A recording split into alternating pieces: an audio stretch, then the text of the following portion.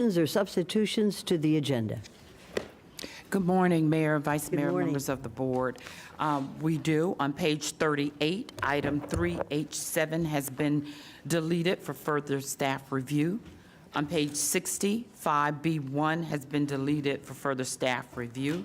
And then on page 63, we have an add-on 5E2, and that's a swap of land with FDOT. That concludes the addition and deletion substitution. Just want to make sure I have it. 5E2. Yes, On on page page 65. 63. Oh, 63. Yes. Very good. Excellent. Thank you. If I could have a vote first on the adoption of the agenda. I'll make a motion. As modified. I'll make I a have motion. We first- approve the agenda as modified. I have first by the Vice Mayor, second by Commissioner Weiss. All those for, anybody opposed? See that it passes unanimously. Let's move on to the consent agenda. Colleagues, starts on page 11 to 57. Would any commissioner like to pull an item from the consent agenda? Seeing none, if I could have a motion by Commissioner Barnett to accept the consent agenda. Second by Commissioner Woodward. All those for, anybody against, see that it passes unanimously. Now we're going to move on to public hearings, which starts on the agenda on page 58. And if I could have the staff come forward.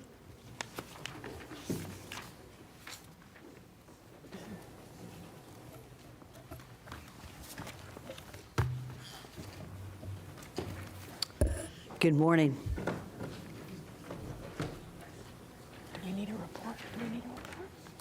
Vice Mayor Marino, you're recognized. I was just going to ask if we needed a report since we've heard this and heard it. So I don't need one, but I don't know about anybody else. Would anybody here like to have a report from Facilities, Development, and Operations? I think, Ms. Me, you've done a very good job in taking care of the situation, and so at this point, we're going to skip and waive the public report. Everything is online. And Mayor, I'll make a motion to adopt. And we have a motion to adopt by the Vice Mayor, and I have a second by Commissioner Weiss. All those for, anybody opposed? See that it passes unanimously. Congratulations, nice job. Moving on to the next report, and that would be on airports, which is found on the top of page 59. And Commissioner Weiss, you're recognized. Thank you, Mayor. I'd like to go ahead and make a motion to move item 5A1, A, and B to provide new baggage technology for the airport. Before you Mayor, may I land, be we got it recognized? done. I'm sorry. We have a motion to receive and file for the public hearings. So moved. Second from Commissioner Baxter. Are those for? Anybody opposed? See that it passes unanimously. Very good. Commissioner Weiss would like us to use what we have already been reviewed by Ms. Baby on this item. Is there anybody who would like to have a verbal presentation at this time? Seeing none, we've done a great job. And I have a first by, I believe, Commissioner Weiss, and a second by Commissioner Baxter. All those for, anybody opposed? See that it passes. That baggage claim is important. Thank you so much, Ms. Baby. Thank you. Moving on now to Palm Tramp on 61. Let the record reflect that 5B1 has been deleted. So we're moving on to 5C1. Madam Mayor, if no one wants to do a presentation, I'd like to make a motion to adopt item 5C1. Very good. Before you all get started, we have a motion by Commissioner Bernard and a second by Commissioner Weiss that we have been well reviewed on this item, so we don't necessarily need a presentation this morning. We want to thank you. All those for, anybody opposed, see that it passes unanimously. Thank you for your support. Thank you. That's all right. Thank you for your work. All right, moving right along to 5F1. 5D1. Wait a minute. 5D1, excellent. 5D1, planning, zoning, and building. On the regular agenda, I have Commissioner Weiss, you're recognized. Yes, Mayor. This item is to approve preliminary reading and permission to advertise for June 11th at 9:30. So I'm going to go ahead and move this. This is to keep us in compliance with state statute. Very good. Excuse me, Mayor, I Have a would like a second. presentation. Oh, okay. Would you like to have the presentation before the vote? I think that would be acceptable and proper. So let's have the presentation on planning, zoning, and building, and then we can move forward on the votes. Very good.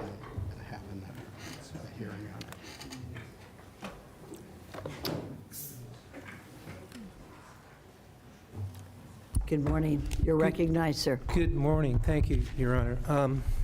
All right, so this is the adoption of the updated amendments to the 2023 Florida Building Code, which went into effect January 1st. So a little background, some of you heard this before, some of you have not. It comes from our existing Chapter 1, and we amended every cycle to update the things that come down from the state. So the Florida Building Commission finished their work, and we started working on this in March of 2023. It went to the Building Code Advisory Board of Palm Beach County, and then BOAF also did work on it. So we're trying to synthesize all the parts from 3 different locations. So would you just identify yourself for the record? I'm sorry, Doug Wise, building official. Very good. And is this a packet that we all have today? That's the PowerPoint that you have is in your packet. Excellent. Thank you, sir. So these are the changes, the highlighted changes that came from the state. Snow loads are no longer, they're outlawed. I don't know that we were enforcing them anyways because we didn't have them, but apparently maybe somebody thought they enforced them somewhere. There's a change to the alternate material and method language. We already had language that we had adopted previously, but they've added language. Fire sprinklers have been simplified a little bit. They're saying that a fire sprinkler contractor can now do the design. You don't have to get an engineer for that. If it's less than 249 head system, and so that's a little bit good. What else? So mechanical, electrical systems, fire alarm systems, now we don't even get a plan. So that's a little problematic for me. I don't understand how we're supposed to permit stuff without a plan, but that's what they're proposing. So that's what we're doing. So there it is. The contractor has to provide it on site. This is the timelines that came through like last year. You guys may remember there was some legislation that was very aggressive on building divisions, building departments trying to say the timeline to respond to, and it worked both ways. It was, we had to get it within 30 days or 15 days, depending on the type of project, and then the customer had to respond within 15 days or 10 days. And that's problematic if you're going back to an architect to get changes to your plans. You can't do that in 15 days. What else? I don't need to read all this, but it talks about approve it, give conditions, or deny it, and we have very finite time to do that. We can't get contracts, that's in writing in the code now. It was already in the statute. We had been complying with the statute for years, but now it's in the code. Affidavits in flood hazard areas are problematic. We can't use independent inspections. We can't use private providers in flood hazard areas. Streamline low voltage. Now, this is one of my pet peeves, and I'm not going to go too far down this road, but we have electric fences that we're not allowed to even get a plan. And that's a problem because there's a lot of specific language. So if we can talk about that more one-on-one or off topic, off time. Balconies, there's been a lot of collapses around the country, so they added language about balcony collapses, trying to make sure that we're inspecting them correctly where the water gets on them. Again, affidavits in flood hazard areas, required inspections on balcony walking. Okay, so here's the big ticket item, which is milestone inspections on condos. Now that's near and dear to a lot of people's hearts here in Palm Beach County. We have an awful lot of condos. This spells it out, exactly what we're supposed to do in the code. We were already doing this. We already sent out, I think, 400 letters or more. We've already reviewed 300 or more documents and accepted them, and we're working through the process. It's very specific about what the condo people have to do and what the building departments have to do. The only thing I would say is this is already obsolete. We're adopting it, and they're in the process of changing it. So welcome to Florida. government. I love the Florida Building Commission. No sooner do they make up my mind than they're changing my mind for me. So there is in process a 26-page form that will be filled out. Every time you do a milestone inspection, you have to fill out the 26-page report. And they're coming out from these items. I'm sorry, I got past it. It's not going backwards. Oh, I'm hitting the wrong button. Sorry, I'm going the wrong way. Okay. They got 26 pages out of these 1, 2, 3, 4, 5, 6 bullet points. That's bureaucracy at its finest. So anyways, that's what we got. We're starting to test that. We agreed to test that with the University of Florida and the Codes and Standards Office at the state of Florida. So we're testing it, and we'll see how our customers like it before it becomes the law. I have a question on that. Yes, If I ma'am. could, Mr. Weiss. We're after the tragedy that occurred in North Miami. Were some of the new items that on the structural inspections for condominium and cooperative buildings, do they contain some of the recommendations that we wanted? Yeah, I mean, I'm going to say they're all good recommendations. My problem is a 26-page form to give us these bullet points. And we've been doing it for a year. We started doing this 2 years ago. We were sending letters out, notifying everybody this was coming. And then we started sending letters as soon as it went into the code. So we've been sending letters since when? Middle of last year. We've been notifying them to get a head start on it. They already pushed it down the road 1 year for some people. It started out, it was due at the end of '24. Now it's at the end of '25. So it has been a little bit of a moving target, but we're trying to stay ahead of it. To the best of our knowledge, we've only had a couple that came in that needed a Phase 2 inspection, so we don't have a lot of, people are staying on top of stuff in our county. I would say Palm Beach County, we've been watching unsafe buildings for a long time. And anybody reports anything, we go out and do it. We have a whole team of code enforcement officers. They'll go out and they'll cite it and they'll bring us in if they need to. Right.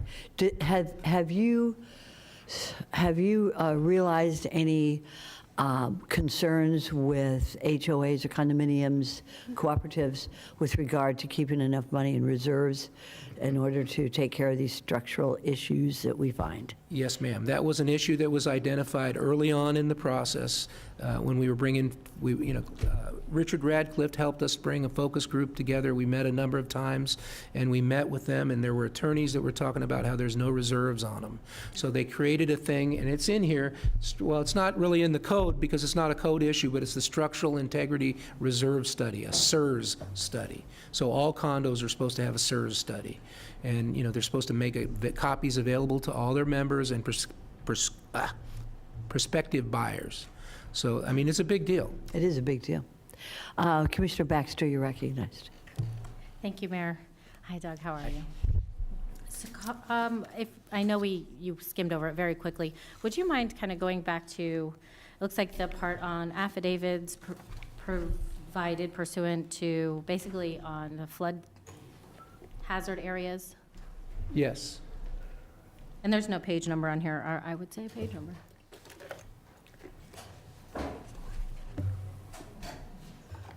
If you could just expand a little bit on that, I'd greatly appreciate it. Yeah, one of the things is, there was concerns, and this comes from the federal, from FEMA.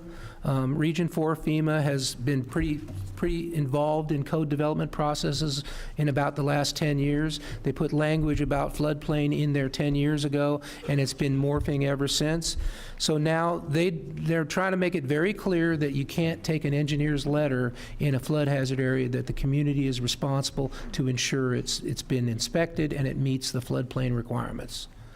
Our accessory structures are then subject based on FEMA? Accessory structures to residential are considered, yeah, they're subject. You can't, I can't make this up, but I'm going to be honest. You can't get an insurance policy on a shed. I get it, but they still require compliance. FEMA is concerned about the damage. It could come out under, what do they call it, where they give the grants. You could get a disaster assistance grant. It creates the additional damage that has to be funded through the emergency management programs. And also, I have heard that our county has a special ordinance based on flood zone X versus other counties. We have, Just a little bit. yeah, we can talk about that. Since we went back to 1954, we identified in our county regulations from the beginning, we had a thing called 18 inches above the crown of the road. It's still there today. That was done because everybody recognized then and now that the county is flat as a pancake, and I'm using an analogy. It's not all like that. Juneau, there's a dune, and other places, Lake Worth, there's dunes along I-95, but there are high spots and low spots. Lake Osborne, there's hills going into Lake Osborne on one side. But the point is, that was a mechanism to prevent flood damage from occurring, and it's been in the county regs since 1954. When we went to the Florida Building Code in 2001, 2002, it was adopted, it was moved into Article 18 of the ULDC, became part of the floodplain regulations. It is a thing that is called, they call it local drainage protection in FEMA circles, LDP, they all use acronyms for everything, and we get a significant number of points in our CRS rating for the insurance discounts for our residents for doing that. So there are regulations in X zones. The exemption on those regulations is they don't apply to areas where there's been a master stormwater plan, like a PUD, where you build a whole neighborhood and then you have the finished floors all calculated. Thank you. And for the essence of time, I asked all that to ask, so how does that apply to these affidavits that are now becoming part of? If it's a flood thing, we can't get an affidavit on it, period. That is what the FEMA says. Because these are federal regs, and they're out of 44 CFR 60.3. So the state is saying we have to do this, and you're saying we can't because of FEMA? No, I'm saying we can't. If we take an affidavit, where is it? Let me go here. It doesn't apply to the flood resistance requirements, is what it's saying. Okay, so that's exempt, that's what I was asking. Yeah, it's exempt. Flood stuff isn't. So we're looking at finished floor. We can't take an affidavit on finished floor. We can take a survey that says it is where it's supposed to be, but we can't take an affidavit. So what are we taking affidavits on then? We can take affidavits from engineers on certain things. We generally don't like to do that. We like to inspect because that's what we get paid to do. But, we can accept that, workload being what it is. For years and years, we were taking affidavits on re-roofing. We just quit doing that recently. We've gone to video inspection because it's so easy to get an inspection. And that could be, well, that's probably not the right answer, but, there are things like finished floor elevations where you could get an affidavit from an engineer after the fact, and we have to go validate that it is. We need a survey, if that makes sense. No. But I will say, so there are certain things we can take affidavits on. Yes. Flood is not one of them. We don't like taking affidavits, so have we not developed a list of things we will be taking affidavits on, even though the state says we have to? Yeah, that's in Chapter 1. Do you want to go there? Affidavits? 107 point.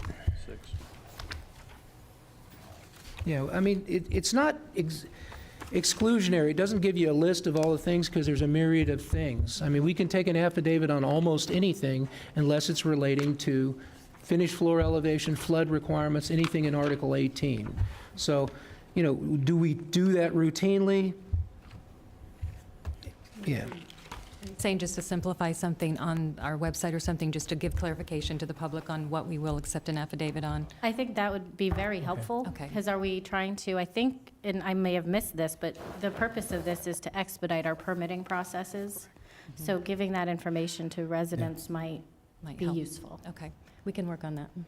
Yeah, it's been in the code for years, 107.6. We may accept a sworn affidavit from a registered architect saying the plan submitted. We'll put that out as a blurb, a link to that. Last question, I promise.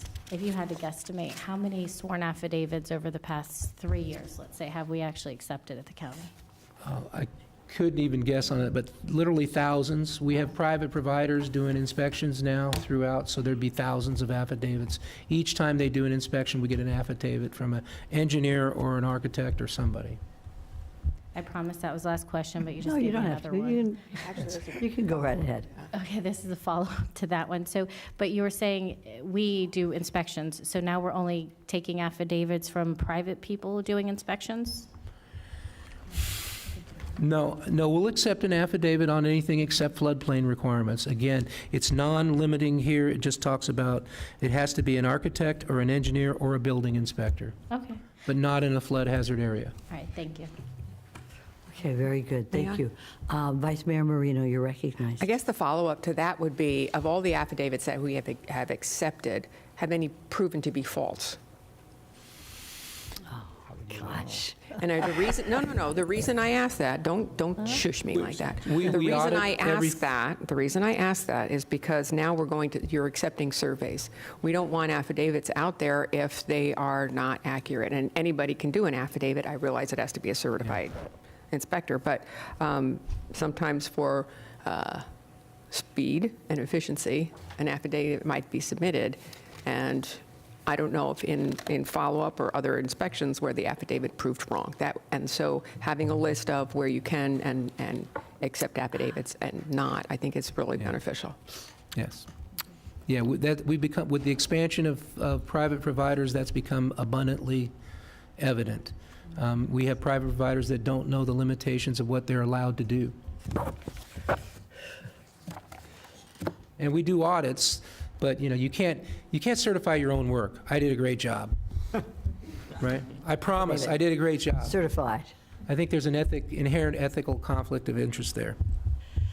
Okay, you can go ahead and proceed, Mr. Weiss. All right, so we talked about that. Let's keep going. So we talked about the milestone stuff. We'll do more on that if you want on second reading. We can talk about anything you want. This is what they're supposed to do. It does say the BCC has the authority to adopt change timeframes. We didn't intend to do that. If you guys so wish, you could direct us to change the timeframes on this. We think we're giving everybody the maximum time that's allowed per the statutes. We didn't want to step in the middle of that. But they do have to do it within 365 days. What else did we do? We did the wind maps because we got a new ASCE 7 as part of this code change. So, and this was like a fun thing, but don't get fooled by these miles per hour because they're not the same kind of miles per hour like on your car. It really boils down to pressure calculations from the engineers. And so you got 170, 180, 190, 160. So I guess the point I'm trying to make is the wind speeds did change, but the pressures only moderately. And let's see, what else do I have? Oh, we did readopt, this is a readoption of Appendix Q, the tiny house piece. We did, 5 years ago or more? Some may recall that. So that was on the books already. We just readopted an updated version because it has new standards in it. So the new standards will be available to anybody that wants to build a tiny house. Same thing with Appendix F, landscape irrigation. It does exempt reclaimed water uses and golf courses. All right, what else? So as I already stated, the Florida Building Commission already voted to remove the sections from Chapter 1. There'll be a pointer in Chapter 1 by this time next year, and it'll be in the existing building volume, which everybody thinks is where it is, and it's going to be expanded.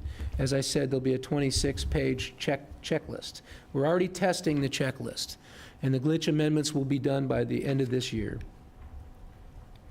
So, and this is the authority for what we're doing. In case anybody wonders, I don't really need to read that to you. If we do a technical amendment, there's additional requirements on that. And that should be in your packets. Okay, very good. Thank you. Anything else from the staff? All right. Any questions or comments from members of the board? I believe we already have a first in this. We have a first. Why don't we do it all over again, shall we? Okay. And this is a motion to approve this item. Do I have a first? So moved. So moved. Okay, from Commissioner Baxter, second by the Vice Mayor. All those for? Anybody opposed? See that it passes unanimously. Thank you very much for that very good presentation. Thank you. Okay. Now we're going to move on to 5E1. Mayor, I'll make a motion that we approve 5E1A and B. Very good. The clerk would reflect that we're going to waive the presentation, and there's a first by the Vice Mayor, a second by Commissioner Weiss. All those for, anybody opposed, see that it passes unanimously. Right before y'all can sit down. We got that taken care of. Let me see. Mayor, I will also make a motion that we, oh, sorry, I was going too fast. Okay, thank you. Moving on to, I believe, 5E2 is an add-on, is that correct? Very good. And we're Mayor, going to have, I will make a motion that we approve 5E2A, B, C, D, E, F, and G. And if I'm looking at the attorney, can we take this all in one motion? Okay. okay, is there anybody who would like a staff presentation at this time on this issue? Very good. We have a first by the Vice Mayor, a second by Commissioner Baxter. All those for, anybody opposed, see that it passes unanimously. Thank you very much. That excellent and quick presentation. Okay. All right. And now we go into the land on 5E2, 5F1. And Commissioner Bernard, you're recognized. Thank you very much, Madam Mayor. I'd like to recognize we have the Vice Mayor, John Maples, from the town of Lake Clark Shores here. And also we have former West Palm Beach City Commissioner Richard Rouse, who's also here. Thank you. Good. Thank you very much, Commissioner.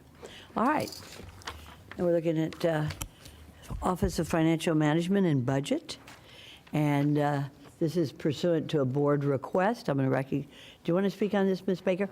I believe this is pursuant to a board request that we review certain departments' budget requests and allocations at various board meetings. So before we proceed with this presentation, I'd like to recognize Ms. Baker.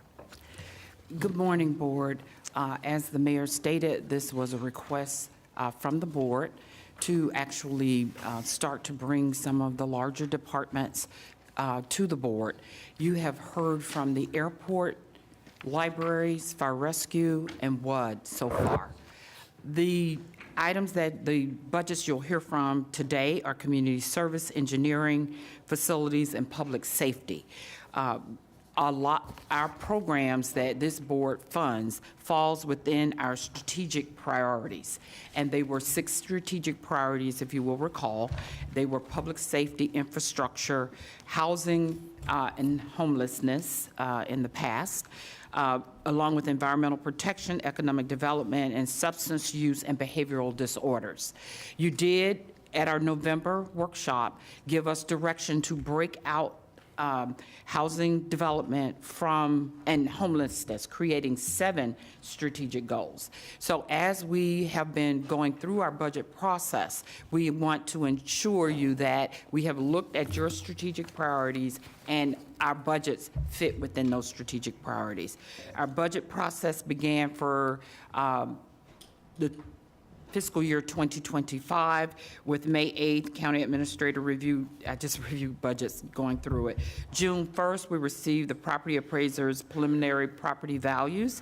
June 11th, we will do a budget workshop overview of the entire budget before the board.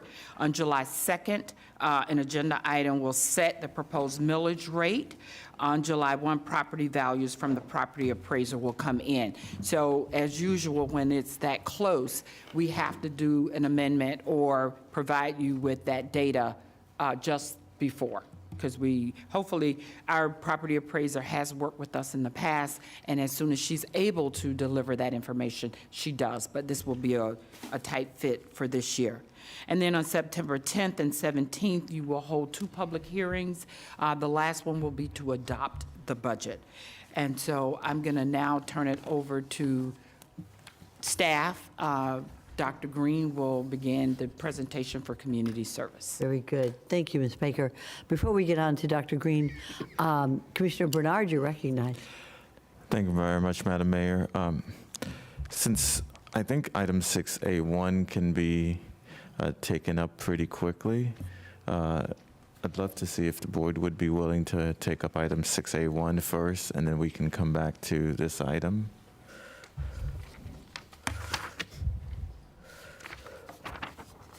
Does anybody wish to opine on 6A1 at all? Okay, then why don't we have a vote at this time? I'm getting a stern look from the attorney. Is that okay? No, I think it's fine. We just need to vote Okay, of course. on the nominees. So I have a motion. Do we need a motion to reorder, or is it? Yes, and I Okay, think all right. that Commissioner Okay. Bernard has made that motion. It was seconded by Commissioner All Baxter. those for, anybody opposed, see that it passes unanimously, so we're going to take that out of turn. Does anybody wish to have any comments on 6A1 before we take a vote? I see none. We have a first by, we have No, to wait a appoint minute. the No, this is going to be a board appointment, and we're appointing 2 people out of 4. oh, I see what we're doing. Okay. All right. So this is on our nominees. And we have 2 public sector seats, and we have 1, 2, 3, and 4 nominees. So I always ask if anybody is here, and if they wish to speak, if you are a nominee, I will read the nominees' names. Angela Burns, or Alexandria Ayala, or Albert Leslie, or John Maples. Are any of those nominees here? Yes, sir.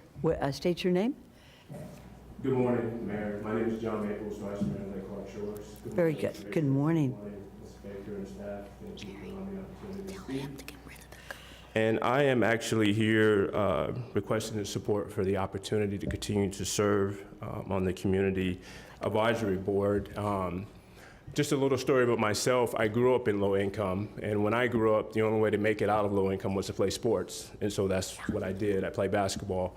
Got the opportunity to go to college, and I got my degree in computers.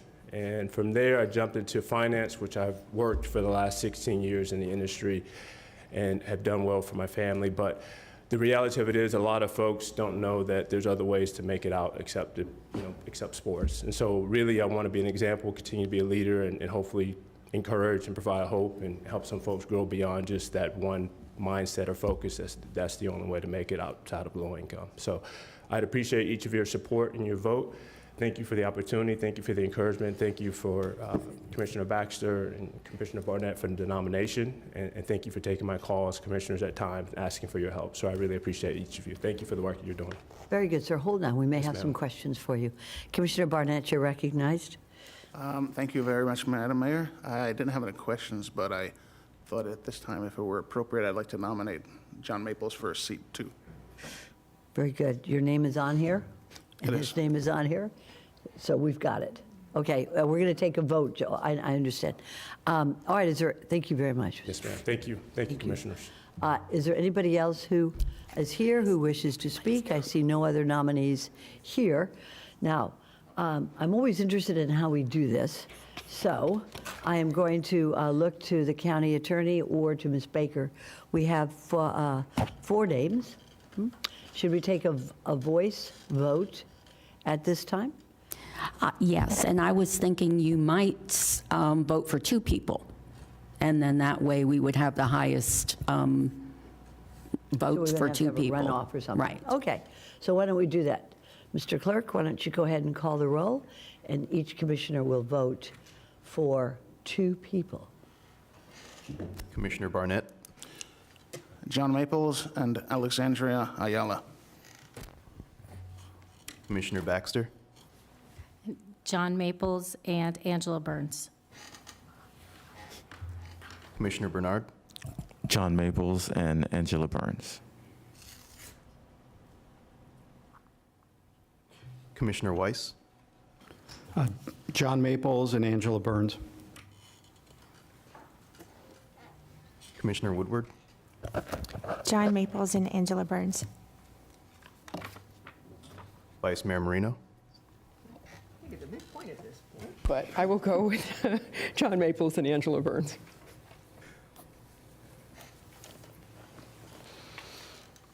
Mayor Sachs. Angela Burns and Alexandria Ayala.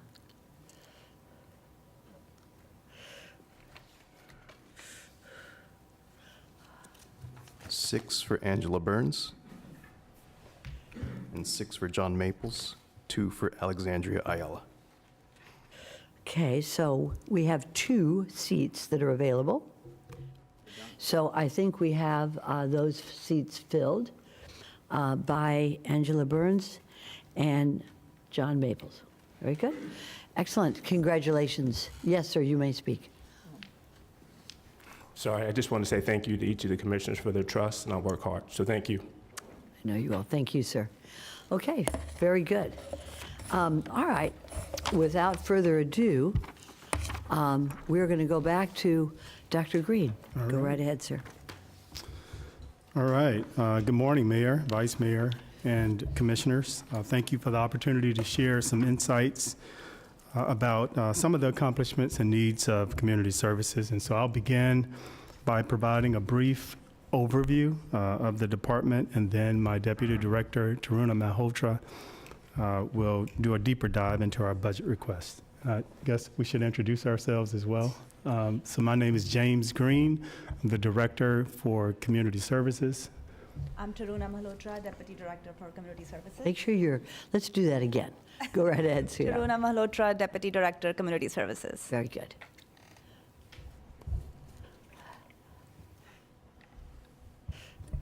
Tammy Fields, Assistant County Administrator. Good.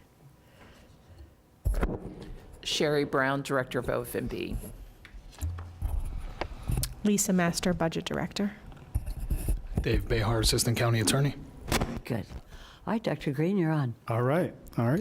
So this next slide provides a high-level overview of how the department is structured.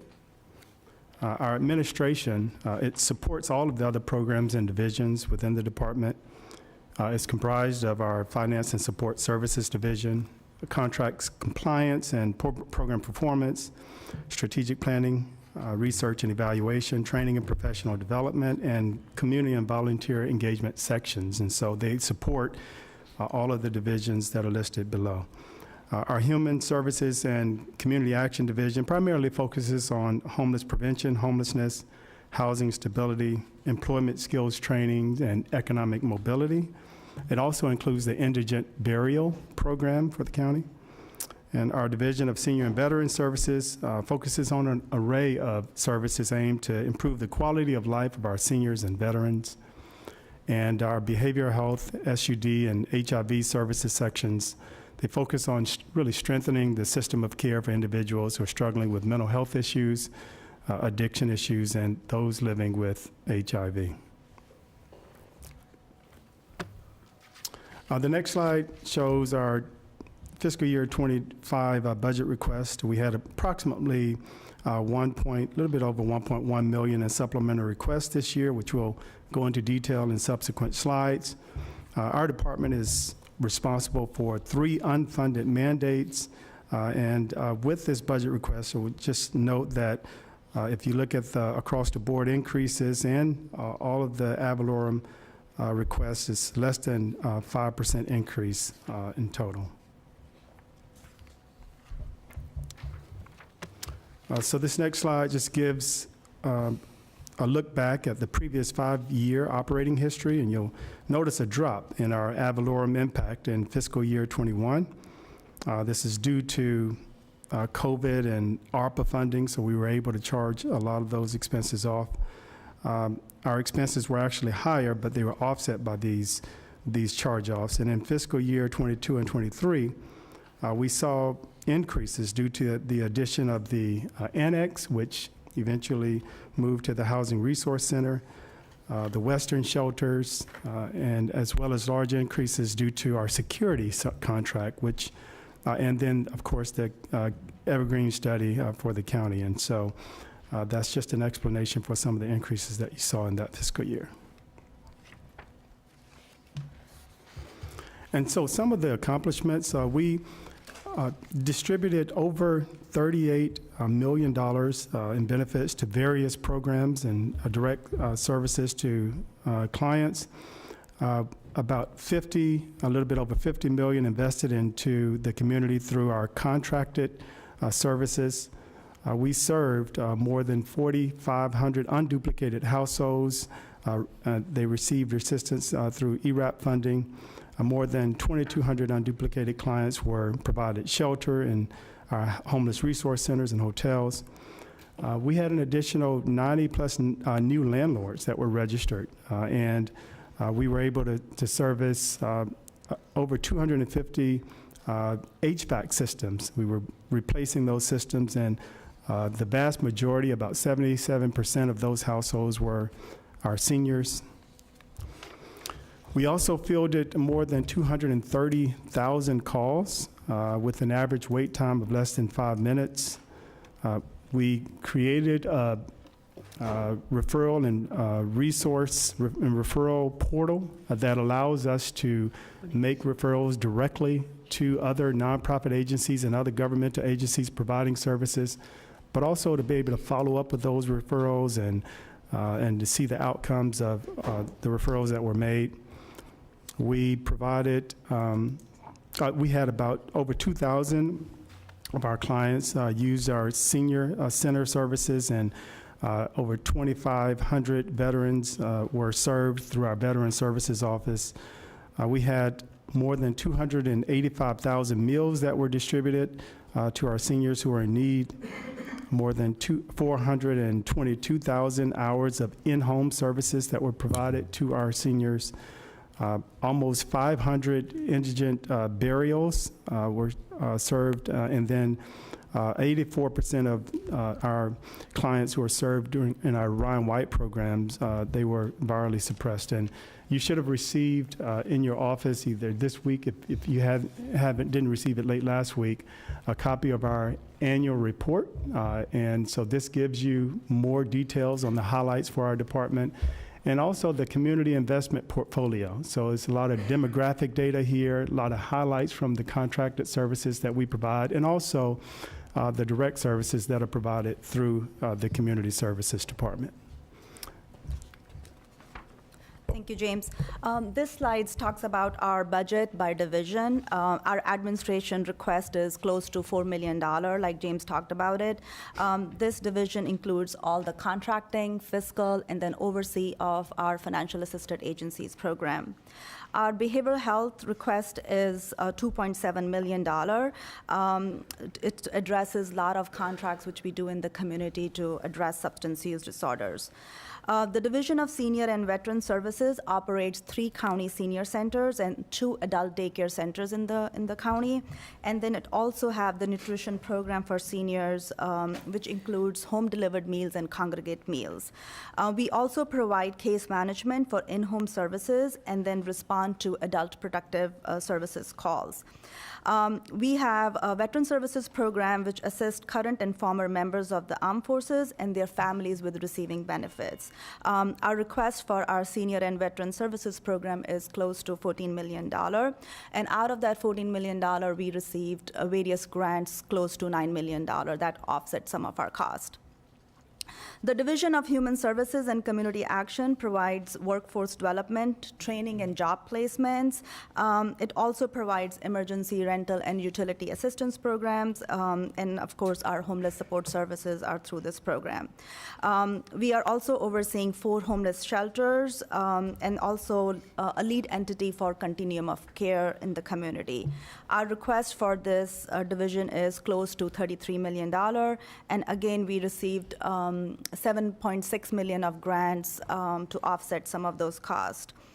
The Ryan White and HIV Services Program oversee grant funding for our HIV medical care of treatment and support services. And we also, this section also oversee the HIV Care Council Board. This program is primarily funded by grants, and we are requesting $10 million from this program. Our financial assisted agency program provides grants to local nonprofits to help fill gaps in services needs through a competitive process. And we are requesting $14,605,000 for this 2025 budget request. I'm going to go over our supplemental budget request. So our first request is for the increase in our shelter contract. Gulfstream Goodwill operates all of our shelters. That includes HRC 1, 2, and our Western shelters. As the rest of the county has experienced, they are also seeing a large rise in the cost of serving county homeless residents. This program provides a variety of support services to persons, individuals, and families experiencing homelessness. We do provide case management, navigation, employment support, engagement, rapid rehousing, and permanent supportive housing to our clients. The program provides shelter for homeless individuals that have been vetted through a coordinated entry process. And currently, in our Lewis Center, we have 60 beds. Our HRC2 has 66 beds. And then in Western shelters, we have 18 units and 9 transitional beds. And we are requesting a $325,000 increase for our shelter contracts. The second request is a contract for licensed therapists for our homeless outreach teams. Of all the people enrolled in our shelters in Palm Beach County, 60% self-reported a mental health or a substance use disorder. People who are homeless face a higher risk of substance use disorders, mental disorders, trauma, medical conditions, along with employment challenges, incarcerations, and others. These two positions are requested to work in conjunction with our homeless outreach teams. The homeless outreach team of the county conduct direct outreach to homeless individuals at their location, engaging them in our programs and to identify their needs through trust building. While CSD maintains this highly effective in-house HOT team, we also collaborate with outreach teams from partner organizations like Lord's Place, City of West Palm Beach, and others. We did a pilot last year and utilized a partner agency for a mental health therapist and saw a higher rate of engagement. The overall response is that the integration of mental health with the HOT team has shown better results in helping with the client's needs and being ahead of their social services before they are housed. So we are requesting $185,000 in 2025 budget. This is a very small request for $50,000 for our senior center. Like I mentioned that we have 3 senior centers, and most of our senior center activities are funded through volunteer activities and in-kind. But we do need some additional dollars to cover for the supplies and then also bringing some additional programming for our seniors. This fourth request is for planning and implementation of 340B drug program for our HIV clients. This program is 100% grant funded. However, there is a requirement for maintenance of effort in this program.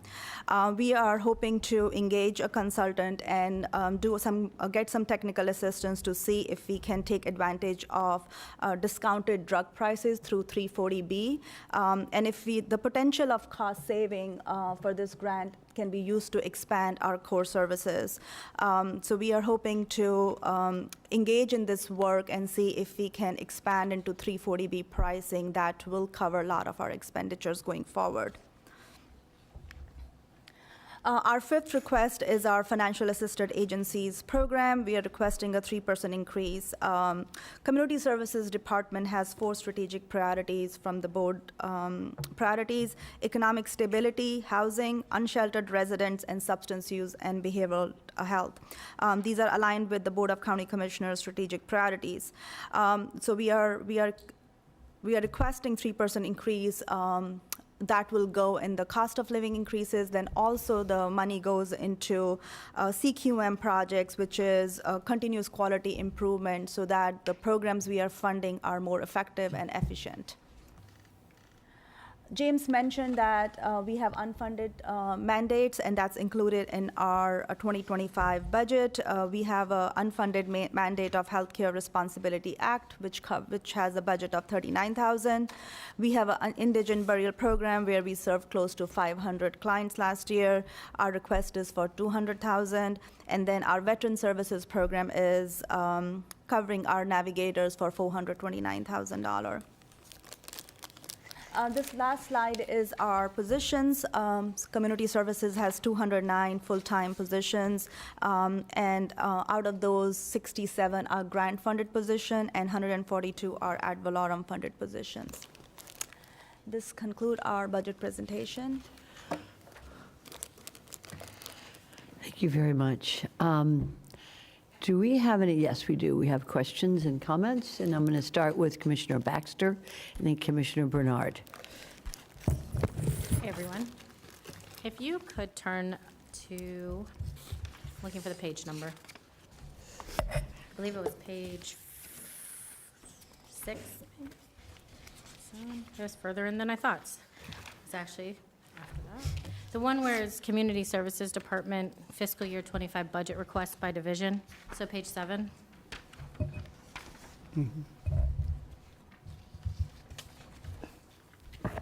Couple questions for you. Do we currently know in Palm Beach County how many people are suffering from substance abuse and behavioral health issues?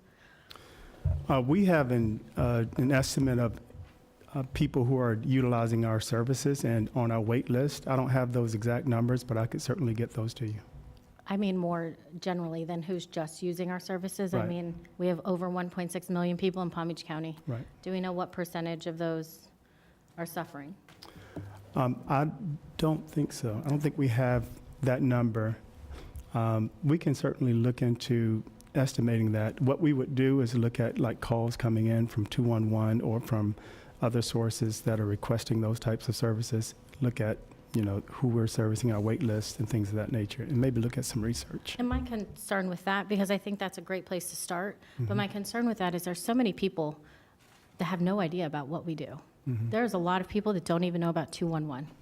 I personally didn't until I came here. So it's a huge problem of people actually knowing about all these programs. So I don't want to limit it to just the people who know about the programs. Right. And the reason I ask, also under the revenues, I noticed that we haven't discussed yet the opioid settlement dollars. Is that potentially where that would go? Ms. Baker, you're Ms. Baker? recognized. Yes, Commissioner, to answer your question, we will be our goal is to bring this back to you no later. Our goal is to bring it back to you next week, the opioid settlement. There are a few kinks in it that I will be speaking with the group to make sure that we're all on the same page and not necessarily rush it. So there is a possibility it will be in June, but we're going to try to make the 21st date. I appreciate that. And if you don't mind a follow-up, Mayor? Oh, go right ahead. My concern with looking at this chart overall was we all know what's coming with the homeless and not being able, we'll leave that at what that is. We all know what it is. But this could be a huge impact on preventing them from having a lot of homeless individuals out there, which would be another tier or another leg of an overall solution to that problem. And I find it disproportionately the amount going towards it as compared to all of the other things we have listed. And so that was kind of my concern, is if we're trying to help our community and help the homeless population and help, how do we get to these numbers?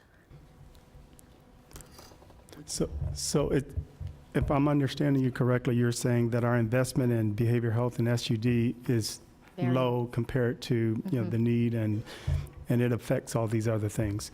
Well, certainly we leaned on our healthcare district and the Southeast Florida Behavioral Health Network, which are some of the major providers in behavioral health and SUD, and certainly some of the investments through our opiate settlement funds will be used to address some of the recovery supports that should help address social determinants and things of that nature. and that number would be significantly higher based on those dollars that are coming in. But, we could provide a more detailed and comprehensive assessment of what you're discussing during our presentation on the 21st, and also talk about the county's investment and whether or not it's significant enough. Commissioner, if I could clarify too, that right now, the opioid settlement dollars are not included in this budget because they are a separate line item with O and B. So when those dollars get added in, there will be a much greater investment in the behavioral health and substance use. And I believe that's just over 7 million. It's approximately $15 million annually that will be coming in for, I think, the next 18 years. Okay, thank you. And I just want to add that our behavioral health and substance use disorder work is also included in our FAA program, which is close to $6.5 million that goes specifically for these programs. Thank you. Okay, Commissioner Bernard, you're recognized. Thanks, Madam Mayor. Taruna, on one of the slides, you had mentioned the $27 million in grants. That's this slide. What's the department's process in terms of seeking some of these grants and the funds? So you're talking about the existing dollars so most of these grants are either the federal or state grants. Like Division of Senior Services gets a lot of Older American Act funding. And then we receive, for Human Services, a lot of HUD grants, and then also the state challenge grants. We have close to 40 to 45 grants in our department, and they range from all the way from $50,000 to $6 to $8 million. Like Ryan White program is all through HRSA grants, and we receive close to $10 million in those programs. And the department does have to reapply for most of those grants. There's an application process that we go through. We come to the board to do that. And so for the most part, they're recurring if that application process goes well, but we've seen less funding coming from certain programs, specifically from things like LIHEAP, the Ryan White grant. We've seen a slight reduction in funding, and so, but we do have to reapply for those. Thank you. Follow up, Madam Sure, Mayor. go right ahead. So with the grant-funded positions, when it's reduced, what happens with those positions? So the positions goes away, but luckily we have so many different grants, so we move around and reallocate staff to different programs when it's needed. For example, when we had the ERAP funding, we created some new positions, but we were able to move them around in our different programs when the vacancies arise. Okay. Thank you very much, Madam Mayor. Go right ahead. Thank you so much, Commissioner. Commissioner Barnett, and then Vice Mayor Marino. Thank you, Mayor. Thank you, James, Taruna, everyone, Tammy. With regards to a program that my staff just informed me about, purchase of transportation for homeless individuals to reunite with their families, is that a program under Yes. Community Services? Yes. In the budget, can you tell me which So, item? Is that Human Services and Community Action? no, it's under our Financial Assisted Agencies program. It's called Travelers Aid, and this is through our strategic priority line. And we currently fund Adopt a Family and Goodwill for this program. I hadn't heard about this program. Can you tell me a little bit about it? Yeah, so one of the primary strategies for preventing homelessness and addressing homelessness is a thing called diversion, where we reach out, diversion, yes, where we reach out to family members who may be able to support individuals who are unsheltered or about to be homeless, and we try to reconnect them to those family members. And if those family members are out of the county or out of the state, then we use that Traveler's Aid to get them from one place to the other. Okay. I was informed that money was being cut out of the budget for this program. Is that the case? No, money has not been cut. Rather, you will see an item in June meeting where we are requesting an amendment for, I believe, $25,000 to increase our budget for Goodwill. This is one of our strategy. We really invest in Travelers Aid program so that the clients who have families outside of Palm Beach County or outside of Florida, we can reconnect them and get them to their families. And that's part of one of our diversion strategy. $25,000, is this a largely utilized program? It's been 100% utilized program. Rather, there is more need for these dollars. That's why we are adding additional dollars in our June meeting in the current budget in 2024. And in 2025, we are setting aside the same amount of funding through our FAA program. I'm just trying to imagine the people who might need to use this program. They originally, a lot of them from out of state, they come to Florida seeking treatment, and it doesn't work out. They end up on the streets. And then they have to end up getting reunited with their families out of state. It's all kind of cases. That's one of the scenario. But then we also see the scenarios where the families live outside of Florida. But when they are working with our case manager, they work with them to see if they can accept those families or individuals to assist it. Because family support system is one of the really big strategy to end homelessness. Excellent. Thank you. Thank you, Commissioner. Vice Mayor Marino, you're recognized. Thank you, and thank you for the presentation. One of my takeaways from this, and it's one of the reasons why I asked for the nonprofit workshop, is because all the nonprofits you just listed and what they do for us and how we partner with them. And I noticed with Human Services and Community Action, you said job training, job placement and training, which is something CareerSource does. So that's a partnership too with CareerSource for that. Homelessness, the diversion program that the Lord's Place has right now, which it just got another from Impact at the Palm Beach has got a $100,000 grant for that.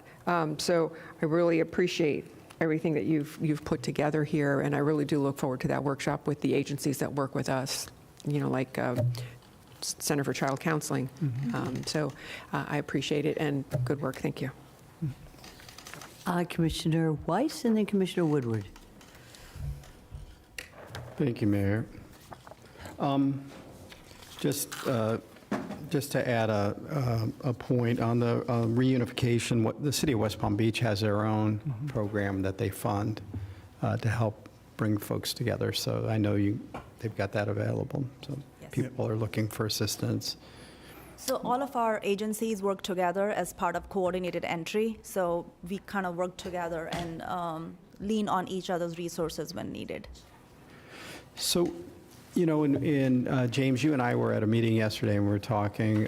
One of the issues is this coordination of all the data, of following that person, sharing that information, and everybody having access to it, no matter where they are in the county, so that we make sure that people are getting the services, or if they're in need of a service, they can find it quickly if another agency needs to step in.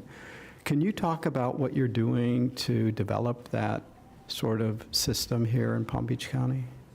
I'll begin, and then Taruna can add to that. But we have the Homeless Management Information System. So specifically for housing, all of the agencies that are a part of the Homeless and Housing Alliance have access to this system if they are providing services to homeless individuals. And so they're able to go in and look at who is providing services for the unsheltered or sheltered individual, what services they're providing, how much we're investing in those individuals, what the outcomes are. And we have built in an integration between Oscars, which is the county's system. So that allows us to look at, run reports and do a lot of other things as well. One of the other things that we've done is built, as we mentioned, a resource and referral portal. And so we are now able to connect to other nonprofits throughout the county who are providing various services and to make referrals directly to those nonprofit organizations and to follow up on how those those individuals are being served. And so yesterday during the meeting with the healthcare district, they use a different system called Unite Us, which does some of the same things, and we were talking about building an API with Oscars and the resource and referral portal and Unite Us, so that we can have an even broader view of what's happening to the clients that we're serving in our various systems. It's a little bit sensitive when you're dealing with health information, but we're going to try to work through that. And we also work with some of the other major entities like Southeast Florida Behavioral Health Network.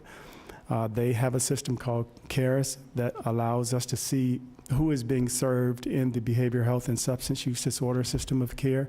And so we have access to that system. We don't have a bridge built yet, but they are now talking about utilizing Oscars and the resource and referral portal, which will help us to be able to see clients across multiple systems. And then finally, we're working with DCF on some levels to look at eligibility, SNAP, things of that nature, in order to create categorical eligibility for clients so that it's easier for them to access services. So if they're receiving food stamps, then they're automatically eligible for some of the services that we provide. Yeah, one of the significant work we have done in past few years is to build a lot of data bridges. One of the data bridge we built was with FPNL. LAHEAP is one of our biggest grant where we serve clients with utility payments. So now we have a data bridge with FPNL, so that allows us to get all of the billing directly, so our clients does not have to scramble to find bills. And then also when their power is disconnected, we can send that ping electronically, and within an hour, they can get their power restored. So that's just one example we have done. We are actually working extensively with CEFPEN at this point to use Oscars and their system and create a bridge which will allow us to do better care coordination, especially for our clients who are on the streets, because like I mentioned, they have 60% have self-reported behavioral health conditions. This will allow our HOT team members to see if that client is already enrolled in some of the services and how to do a better care coordination. So there are a lot of different things right now. We are working on it, but again, there are some challenges with the HIPAA, the medical records. So hopefully we will have some solutions in the near future. Yeah, our department in itself, we have probably 12 different databases. And so the strategy was to begin internally, working with our various programs and services so that we can, we built Oscars that can interface with those databases, and then we would go externally and start trying to work with some of our partners. For my colleagues, they couldn't see that I did an eye roll when you said 12 databases. Yeah. Yes, I felt it.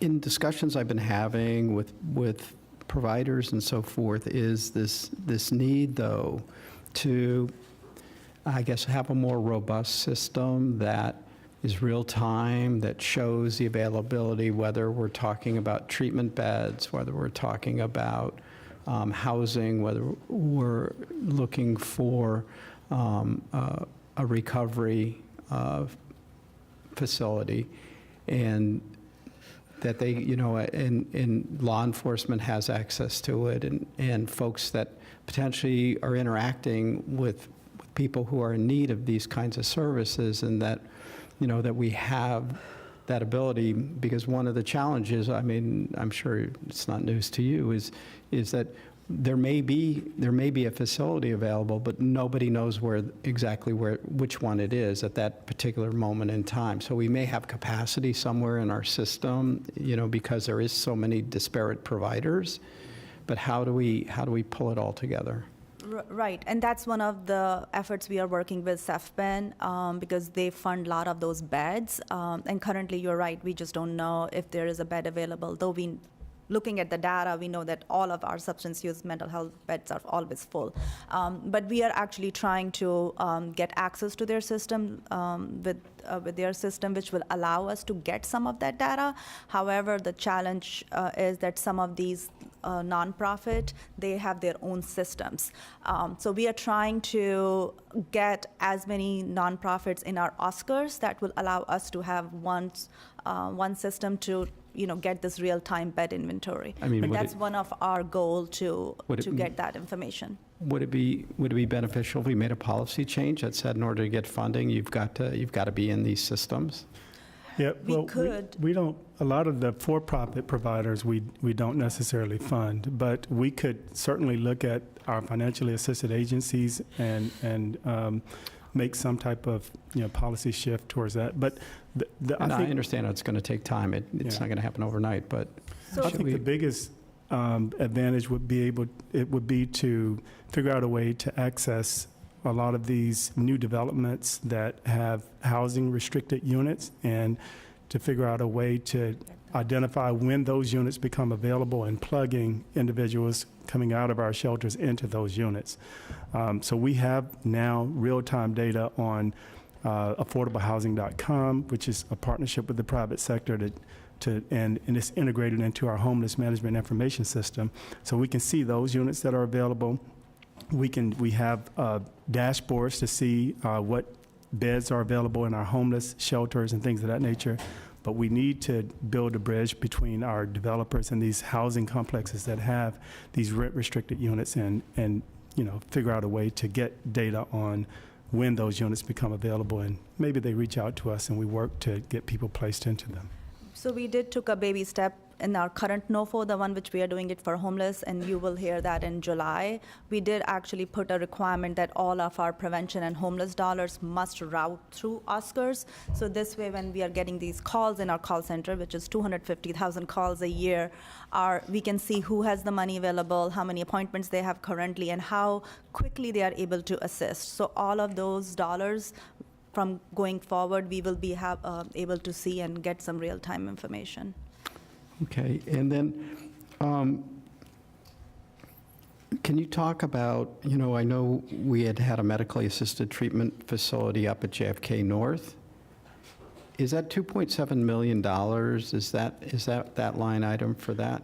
Yeah, it's a part of that line item, but we're currently not funding them. That's something that we do plan to talk about on the 21st, Okay. When we bring the presentation to you. And then lastly, who's responsible for funding in the state of Florida behavioral health? CEFPN gets majority of the funding. I believe they get 35 million. Oh, they Probably get close to 70 million for Palm Beach County. I think it's around 120 million total, but they serve multiple counties. Correct. So they're the primary funder as far as the state is concerned. Right, so those are primarily both state and federal dollars that are Yes. coming to the state of Florida, then are routed through our managing entity. Correct. For mental and behavioral health, which for us is CEFPN. And now the healthcare district is moving into this space. And as they well. have their own tax funding source. Mhm. And then, it's similar to what they do with DCF too in the state of Florida, where they send the funding through managing entity. In our case, it's ChildNet for our kids. Yeah, so And just recently, both for DCF and for the managing entity, they have gone out, and I believe both have been renewed. But the state did do their equivalent of RFPs in both of those areas just recently. And my understanding is most other states have a high-level state office dealing with mental and behavioral health, but we don't. We don't have a... DCF is the entity that... I understand they're the entity, Yeah. but there is no office or that other states have where somebody's in charge of this. I talked to county commissioners around the country, so Yeah. I've heard this, and I know there's nobody in the state that has the director of... Right. Yeah, not that I'm aware of. No. So maybe something for the legislature to think about next year. Commissioner Woodward, you're recognized. Thank you, Mayor. Commissioner Weiss actually got a couple of my questions already answered, but I wanted, thank you. Human Services and Community Action Division, it's the one I kind of wanted to talk about. It's your largest division budget-wise. It's also the one that you have the largest vacancies for jobs. But what I wanted to know was, as far as in this one, I've had probably some similar meetings recently, and the database that you're talking about, building and integrating, I don't know of a better word to put it, but as people kind of graduate from one level, if it's addiction, as they go through recovery, there's multiple stages a person kind of moves through, and we need our nonprofits that kind of pick up the next level. Once someone gets clean and sober, what's the next step? And each one's going to be different. Some may need jobs, or, maybe a faith-based nonprofit, or home housing. There's a number of different, and we have nonprofits that kind of fill a bunch of different specific categories. Yes. So as we build this out, I think it's important that we're, helping people move through the entire system that exists within this county, and, however it gets to get them on board. I think a lot of them, some may not want to share their information or come onto ours, but I think others would be very happy to, just to help, the person move to the next stage. And even we have, like, what are they called? The FAR, the Florida FAR. FAR. The Association of Abuse Recovery Recovery, Residencies. yeah, Yeah. the residences. And so, I mean, everything from, the person who's at JFK because they've just overdosed, all the way to the very end of it, getting them back into employment. Just, having that integrated, and it seems like we're kind of primed to be the one to help facilitate that. We just have to get the database up and whatever it is, technology-wise, to get this done. Yeah, and we're building the infrastructure for that. Part of what you'll hear on the 21st is how we're leaning towards a recovery-oriented system of care, where we're building out these recovery centers so that when they come out of treatment, they'll be able to continue to engage with us, and we can triage them to the necessary services and supports. We're also working very closely with our transitional homes or recovery residences. We are now contracted with them where they can provide us with an assessment of where they are when they come, and then they do that assessment periodically, so that as we're providing them with these services, we're able to measure how they're progressing in terms of their overall wellness and resilience. And so that infrastructure is a lot of what we've been focusing on in order to keep them from going back into deeper levels of service. Okay, good. And because, I mean, not everyone that goes into one of these places, I mean, some they're using insurance or can afford it, and they kind of just go right back in. My own experience with a neighbor, just, seeing that they get sober, and, it happens pretty quickly at some of these places. They get clean, but they're right back into it without having that next stage and multiple stages to kind of keep them. And it's a lifetime, really, that you have to focus on your addiction for the rest of your life. So if we have to get them set up to getting back into society, and not just sober, or not just in a house, but everything that comes after that. And the nonprofits are perfect for that. We don't have to do it. We just need to get them all connected. So. Commissioner, you've really identified a sneak peek into what we'll be discussing with the Behavioral Health and Substance Use Disorder Plan. And what you're speaking of are the social determinants of health, and there is much more than just the treatment. There are lots of treatment options, but there's not always early intervention, prevention, just the basic education, and then after treatment, the recovery options.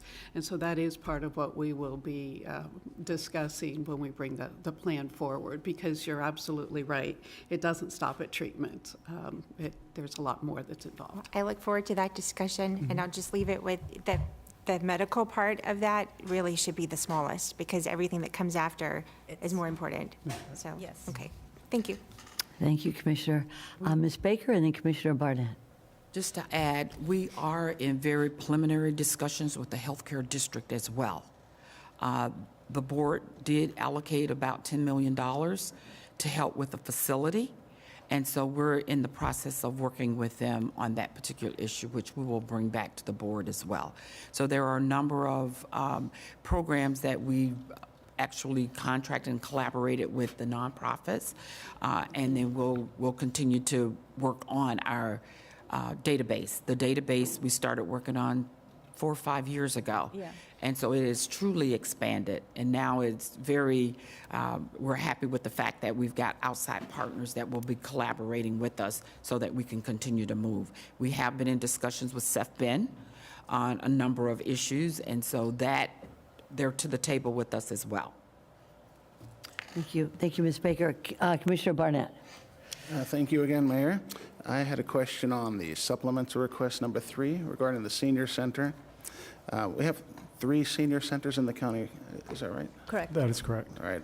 I haven't visited the other ones, but I've visited the one on Lakeworth Road a couple of times and had a chance to interact with a lot of the seniors who benefit from the services there, including those who are suffering dementia. It's a personal thing to me. I have a couple of family members experiencing dementia right now, and met with some of their clients, I think they're called, in round table discussions, coffees with the commissioner. They're really great people, and they are very opinionated. And one of the things they asked me to share was that they love the services they receive, but if you can help make the meals a little healthier. They like to have some salads and vegetables included in part of their meals. And they're grateful. I believe the seniors there receive 2 meals a day, breakfast and lunch, and transportation, free transportation via Palm Tran. When I first learned about that, that was amazing. Thank you very much for making that happen. We're actually going to be back with the seniors at the Mid-County Senior Center this Wednesday. We have some folks from Restoration Bridge who are going to be bringing some produce so that when the seniors are finished with their activities and ready to get back on the buses, at the end of the day, they'll have an opportunity to pick and choose from crates of vegetables. Thank you for authorizing that as well. So they could take some fresh produce home to make meals of their own.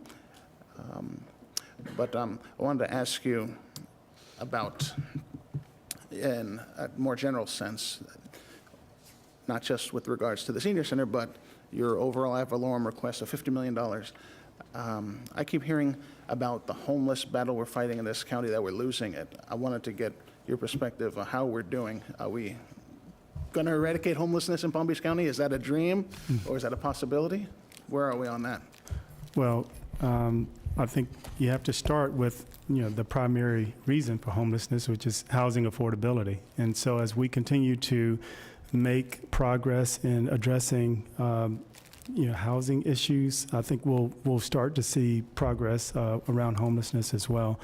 But we are working with our partners. Part of our effort now is to lean more on our municipalities, on the business community, on nonprofit service providers who are also invested in this issue in order to get them more invested in addressing homelessness in the county. And so we do have some things kind of in the burners that we're hoping will materialize that will help make an impact on homelessness, and specifically in response to this legislation that just passed at the state level.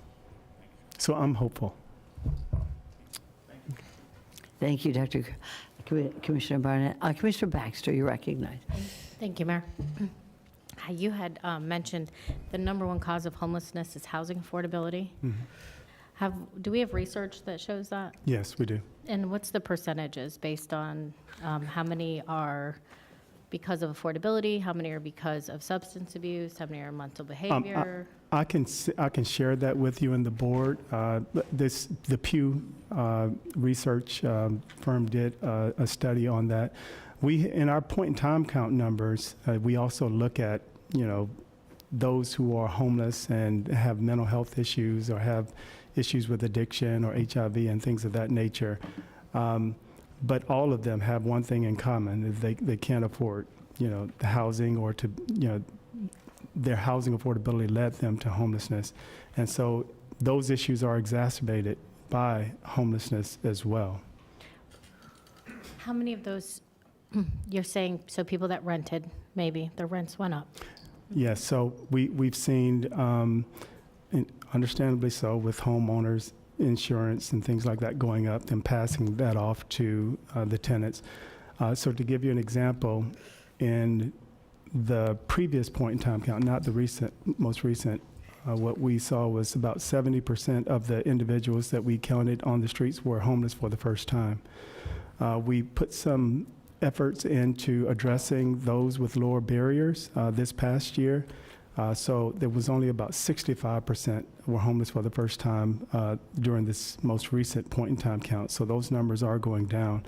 But across the board, as we're talking to people, as we're looking at the requests for things like rental assistance, and as we're seeing restricted units go offline and things of that nature, we're continuing to have people struggling with housing affordability, and it is leading to homelessness. Evictions are beyond what they were prior to the pandemic as well, and so all of those things we're looking at and assessing. What about ownership? How many people had a mortgage? I don't know how many of those individuals who entered homelessness began with a mortgage. I would say, if I had to guess, it was a smaller percentage of individuals. We looked at some data in terms of people who have mortgages who were cost burden, which means that they're paying 30% or more on their mortgage, of their income on mortgage, and that percentage was lower than those who were renting. I think we had about 58% of our renters were cost burden, which is a very high percentage, and then a lower number for those who have mortgages. And don't we already have programs that help fill those rental gaps? Yeah, the federal assistance that we got helped tremendously, but those dollars are depleting, and so we do have some ad valorem dollars that we've set aside to assist with rental assistance, but is obviously not enough to meet the demand that's out there, and so we're looking internally at ways that we can address that. Thank you. Thank you very much. I just have a couple of points. First, I'd like to recognize Senator Powell is in the House. Good to see you, Senator. Good to see you. Secondly, we are going, just sort of housekeeping, we're going to break at 11:30. We're going to come back at 1:30. Is anybody, is that okay with everybody? Very good, thank you. I think you're doing a great job, Dr. Green. Thank you. And I can say that not just being here with my colleagues, but you have helped personally about 5 people living in the streets or in their cars, personally. And I appreciate that very much. Because of you, so there are 5 people who are struggling, but at least not living in a car without a hookup. Secondly, I think before the June 21st date when you come back, I have a challenge for you. And the challenge is I want to know what kind of platform, digital platform we're going to have that will tabulate how many people we are helping. And this is what I've gleaned from my colleagues, how many people we have reached out to and helped. First of all, number 2, I want to know what the nonprofits, which nonprofits are our true partners. And I mean true partners. I hear about the Lord's Place, Goodwill, Adopt a Family. I want to know if we give them money and what they are doing for our people here in Palm Beach County. You don't have to answer that now, but I know this is number 2 of the challenge for your next meeting here on the 21st. We need to have a digital platform available so that we have data available to let people know that we are spending so much money on these issues. Who are we helping? Where are they? And how we are helping them. And that's going to be the challenge for the 21st. I know we have a point in time for every homeless person. We know how many homeless there are here in the county. I'd like to know, do we have that also for the cities? Are the cities cooperating with us in this issue? Also, with that in mind, landlord, we have a tremendously great program in the county with the landlord assistance. Do the cities have that? I don't think so, and maybe we can discuss that a little further as well. The grants, we talk about senior housing and helping the seniors. I'd like to know, as part of this challenge I'm giving to you for the 21st, Jewish Family Services, Catholic Charities, we have Veterans Services. I'd like to know, if you can, and we should, how much they are contributing to these, to these groups of people in the county that they have been committed and they are soliciting funds to help. We cannot spend taxpayers' money unless we know where it's going and what partners we have with us. And I think that that's notable, and it's time. It's time. And if we need to have a budget line for that digital work, then let's do it, but we have to know. And then my last issue is there is a policy in the United States that is a result of study from many researchers, and it was really gleaned from Europe, and that is housing first. Housing first. We have always had this policy, and I'm going to just ask you if this is something that you as a department espouse. There's always been a policy in this country. If somebody has a behavior problem, they have an opioid issue, or if they have a drug issue or alcohol issue, we try to treat that first, and then we find them a house. Well, this study that has so much research behind it is housing first as we treat the issue that has resulted in their being homeless. Do you, as a department, do you espouse that policy, that housing first, that is taken up by so many other states, cities as well? Yes, so is that a question? Okay. That's it, and that's it. Yes, James, So thank you want me to answer that question? Yes, or bring sir, it if back? you Okay. could. So yes, we do believe housing first, where we house them and then work on harm reduction and wrapping supports around them to get them better. And more so, I don't know exactly when, but HUD moved to the housing first model. It is research-based. It has proven to be more effective. So the funding that we receive from HUD, which is significant, probably 10 million or so, they require us to have a housing first model. Good. And when you think about the research also talks about, and there have been numerous studies, it costs $35,000 to $40,000 per year per individual, a chronically homeless individual, to keep them on the street because of the interfaces that they're having with the criminal justice system and sometimes our emergency rooms. And so being able to focus on those individuals and get them housed, research has also shown a decrease in those interfaces by like around over 60%.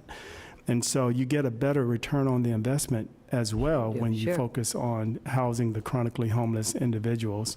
But we also recognize the need, again, for those low barrier individuals. And so we have developed some strategies to address them with some of our federal dollars, ERA dollars as well. And so we're working the best we can to create a system of care that can serve all of our And that's very residents. important to have that digital platform, especially when it comes to, we all tell developers they've got to have so much percentage of their units to be for housing, for workforce and affordable. We got to know this. We got to know who's doing it and who's not, how many's out there. So this is all part of getting your arms around these statistics that are very, very important. And then one last is the legislature gave to the state $30 million for part of their issue with October 1st and solving the homeless issues. Have we requested part of that? So can you repeat that? There's $30 million that has been yes, okay. sent to Yes. all the counties in the state. Have we made a request for that? So 30? it's my understanding that those dollars will be allocated through DCF, and we are the current recipient of what called the Unified Grant, the staffing grant. And so we do expect that those dollars will be allocated to us. In terms of a request, I don't think You got to we- ask, you I got don't to think- ask. It's going to think be it's- allocated to each county depending upon, Have we asked? it's already in the budget for the state No, budget. I know to it is, be but I'm just- allocated. No, the Okay. answer is no. Do you need help? No, we can we can Okay. reach out and make that Good. request I and appreciate kind of it. follow up on where those Absolutely, allocations because are. there's 67 counties. We got to be one of the loudest on that. And then one other thing, before you come back again, one of the commissioners brought up the opioid settlement, and I know it's over 8 years. So if you could have those numbers available if possible at that time, that'd be very helpful. Well, thank you so much. There are no other questions or comments by my colleagues. Mayor, And- can I add the Absolutely. digital dashboard you talk about it? We already have it in our June 21st meeting. We can show it to you. We can show it to you now as well if you would like. We are tracking and we see how many clients we are helping each month on a daily basis, how many calls we are getting, and all of that information is in a dashboard accessible to everyone.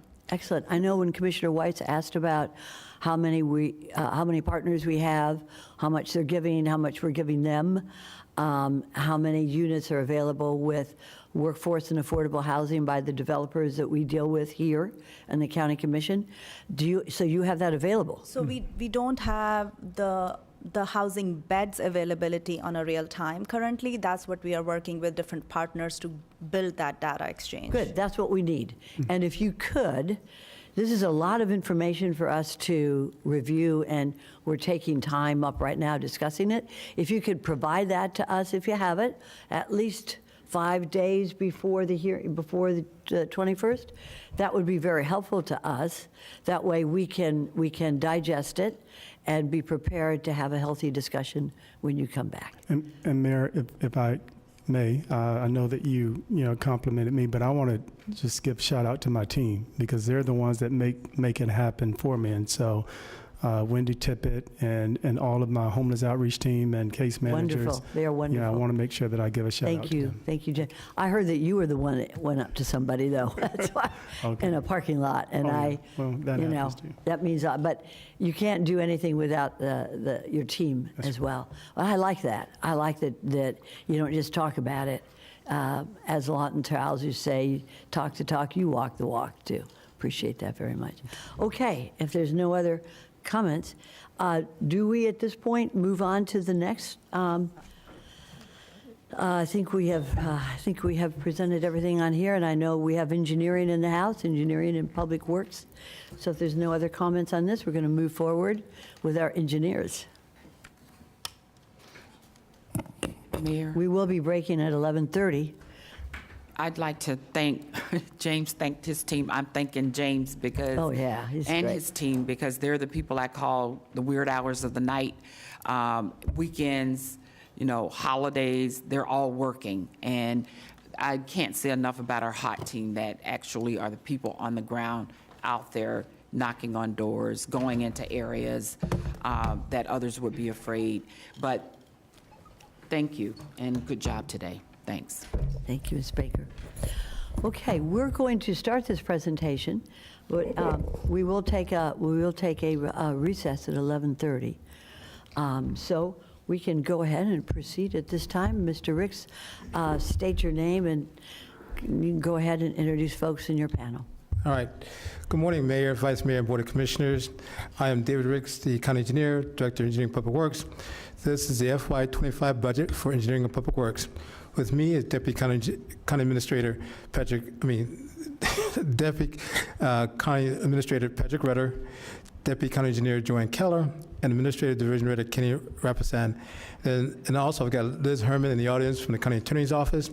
Also with me, my staff, Steve Carey, my Assistant County Engineer, and Morton Rose, my Roadway Division Director, and Motasam Alturk, my Traffic Division Director. Now I'll have Joanne start the presentation.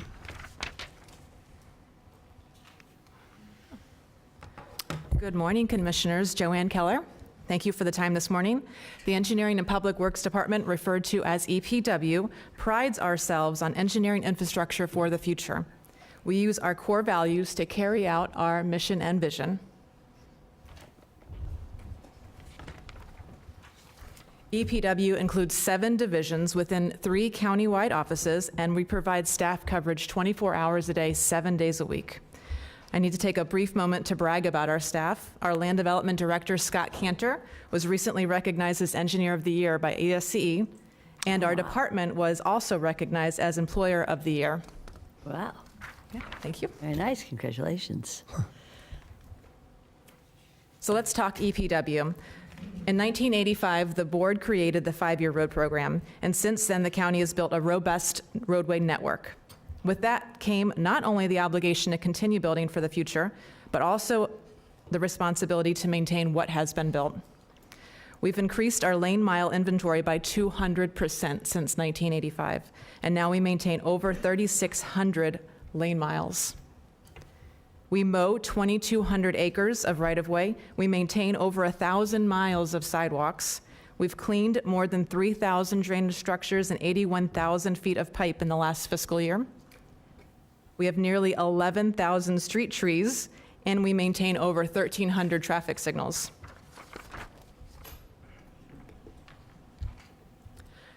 And our staffing profile is this. We have 475 positions, with vacancies that are generally around 15%. And as with the other departments, we've experienced challenging and new hires, especially with our licensed positions like PEs and our trades positions. However, we still did not request any additional positions for fiscal year '25.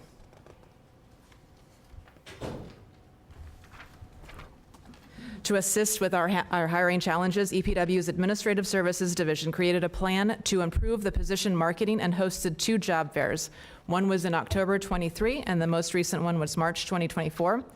We are pleased to say that they were a huge success. We had over 200 attendees in March, which led to 88 additional applications filed the next week. And at this point, let me turn the presentation over to Kenny. Thank you. All right, thank you, Joanne. Good morning, Mayor, Commissioners, and Administrator Baker.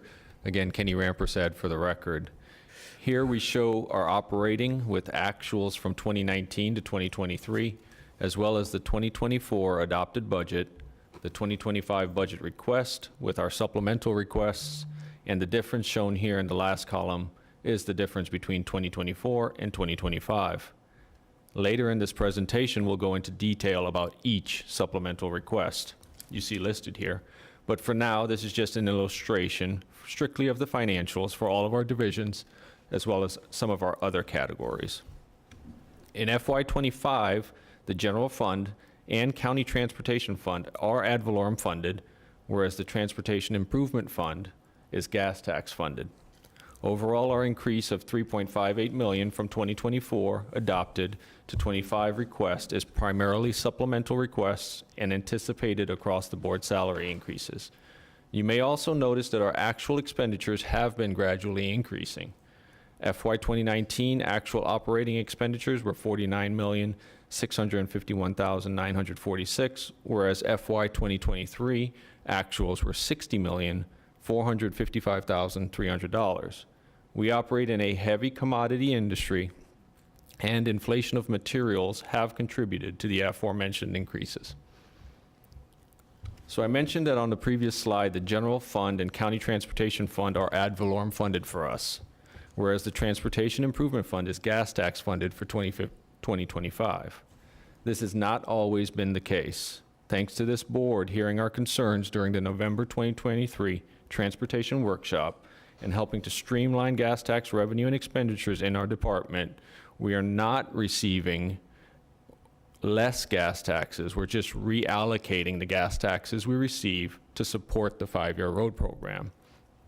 I'd be remiss if I didn't thank OFMB staff, as well as Ms. Baker, for their efforts during the subsequent board meetings to help make this change happen.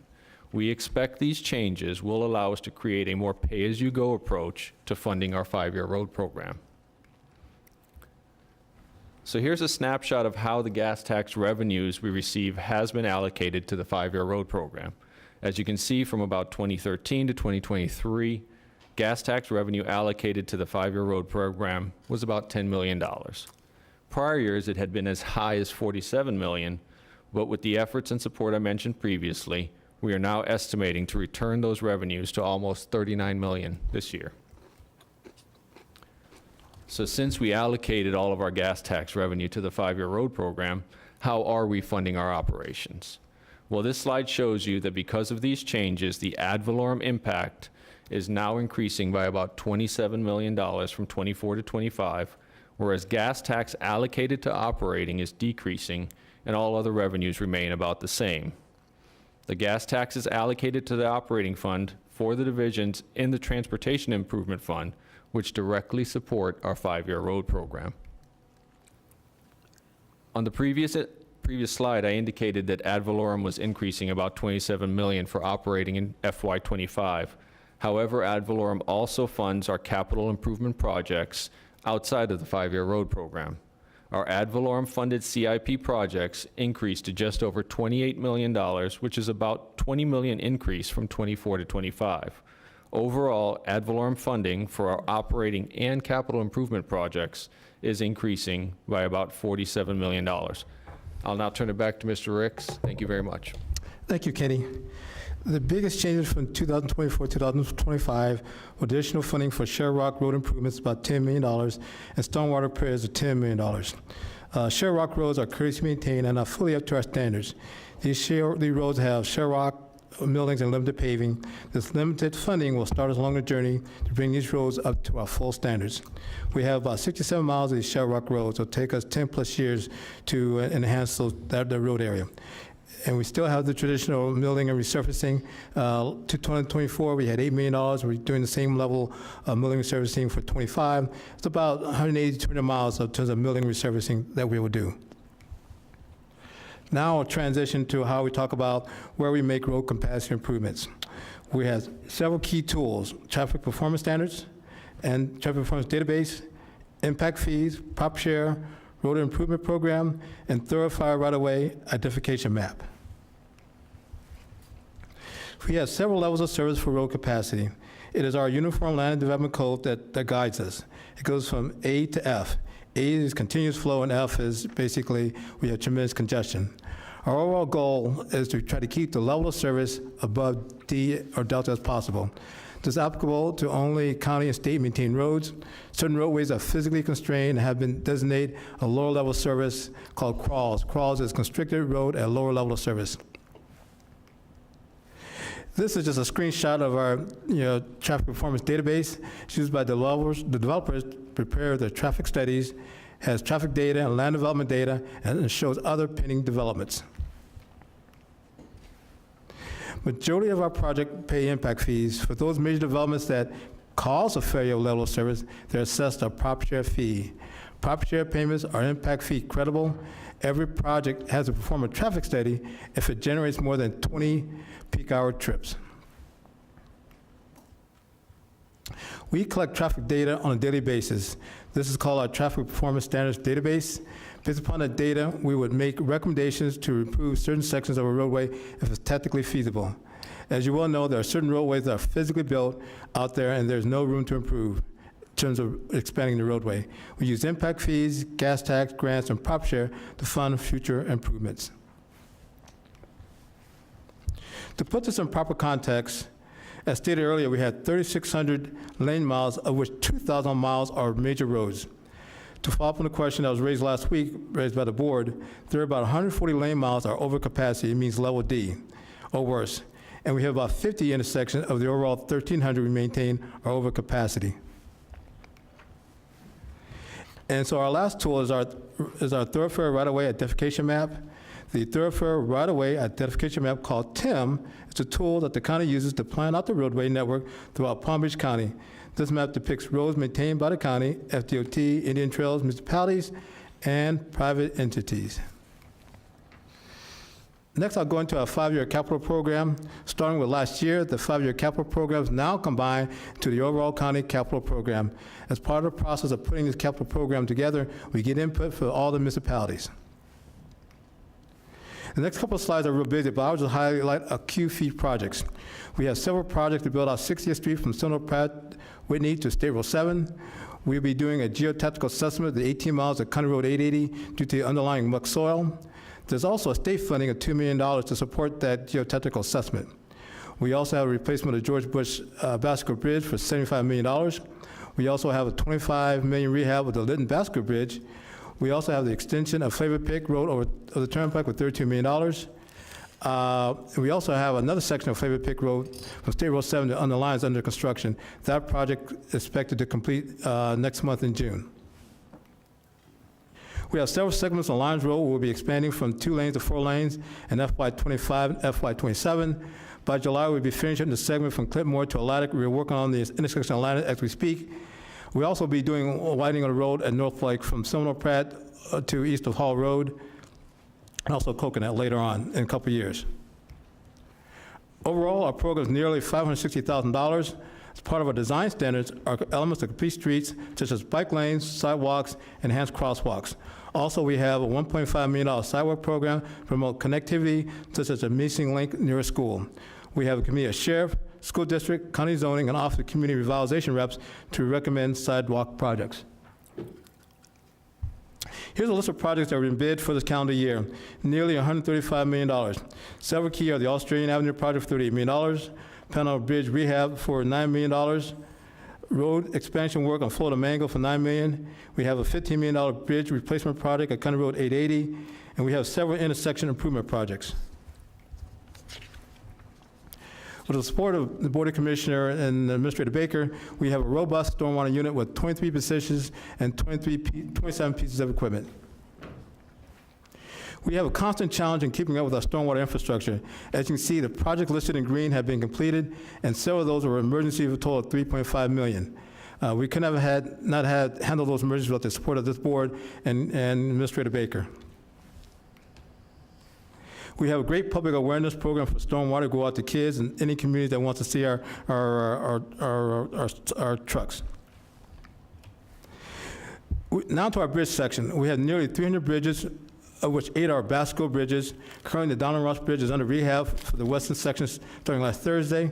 This contract is ahead of schedule of the 23 May target completion date. We also have the replacement of Palmetto Park Bridge that's under construction. The bridge section is now complete, but we have several more weeks to go for overall completion looking at end of June. We also have the 6th Avenue Bridge Avenue under construction. We've had some challenging issues with that project, and I'll go into details real briefly. During the concrete placement phase of the eastbound 6th Avenue Bridge deck, the county hired a material testing subconsultant engineer to conduct tests and sampling for concrete quality assurance. Unfortunately, one of the concrete samples did not meet the minimum required specifications. To validate this result, the contractor, engineer of record, and county representative coordinated to conduct a Swiss hammer testing to extract core samples from the deck.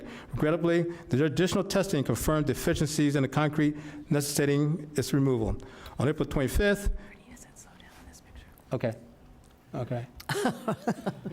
On April 25th, 11:30 deadline. I know. He's good. No, he's good. Okay, I'll catch my breath. It's okay, Dave. County personnel met with the contractor and engineer of record to determine the extent of removal required. The agreed upon limits were marked, and further core samples were taken to ensure all deficit concrete would be removed. On May 6th, these additional core samples were taken, which results received by May 13th. It was determined that an area measuring approximately 45 feet by 34 feet and a thickness of 8.5 feet would be renewed entirely. Removal operations began actually yesterday and are estimated to continue for 3 to 4 weeks. Following removal, additional week would be necessary to place the concrete. Overall completion of this project was supposed to be in June, probably July or August that we're looking at overall completion of this bridge, but we can keep it on track as we get more information. Also, with the bridge, with the board support, we received $2 million over a year ago to install camera technology with artificial intelligence elements on the 8 Basco bridges. We're close to finishing the first installation of the 77 Bridge or Cato Bridge. The next bridge is the Donald Ross Bridge, and the goal is to have them all completed by the end of this year.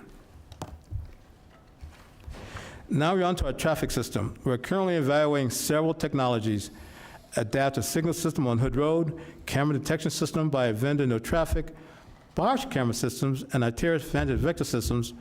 We awarded a SS4 grant to develop a safety plan. We're near the process of selecting a consultant. We're also working with FDOT on the Okeechobee Adaptive Signal Project for $2.7 million. We're checking with FDOT to see if they have a consultant that we can choose from to help develop the RFP for that project on Okeechobee. FDOT is doing a pilot project also along Martin Luther King Boulevard using adaptive pedestrian detection technologies. Now also technologies, we're working with Palm Tran and Fire Rescue on a single system that can perform 2 key functions. One function would be a transit priority system for the Palm Tran buses on a key route on US 1. And the other function would be a vehicle preemption system for fire rescue. The RFP is out for this bid at the moment. The transit priority system will initially be deployed on Corridor US 1, like I said before, then along Okeechobee Boulevard.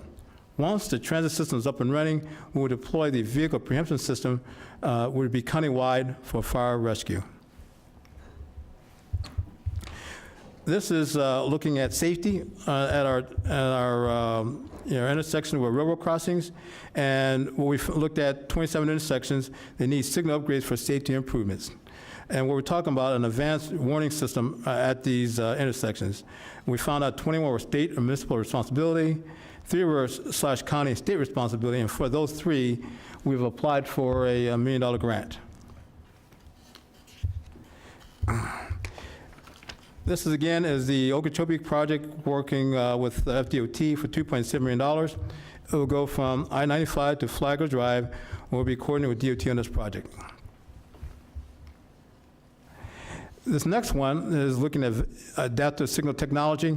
This will be part of the major $148 million B-line improvement project by DOT. The project just started this spring and is scheduled to finish in FY 209, but it'll have adaptive control system and connected vehicle applications.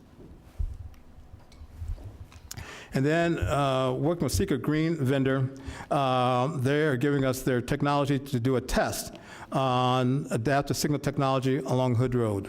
So we're looking to get that probably started this summer. We're requesting a few supplementals. We need training for our stormwater team because as regulations are constantly changing. And then we're asking a supplemental for our traffic uniforms, especially for all the electrical requirements. And we're not buying the uniforms, we're actually releasing them to keep it constantly aware on that. And then the other piece of that big one is $1 million for equipment. Over the past 3 years, as you well know, commodities has gone up through the roof, and we need this extra funding to keep us current so that we can keep our repairs online. So thank you for this opportunity for the EPW team to present our budget. Wow, that's pretty good, Mr. Ricks. A true engineer. Well, does anybody else from the staff want to say anything before I take comments from the colleagues? Very good. Wow, I know Commissioner Baxter. She can speak pretty quickly, or we can just continue it till after. I was actually going to say, can we hold questions till after? Very good. That'll be fine. That'll be fine. That's okay with everybody else? And will there be further presentation? No, this is it. Staff? You did good. You did good. You gave me a timeline. You didn't even look up. Okay, very good. So this is what we'll do. We'll hold all questions and comments till 1:30 when we resume. And until then, everybody have a wonderful lunch. All right. We're in recess until 1:30. All right. Thank you. Thank you, Mayor.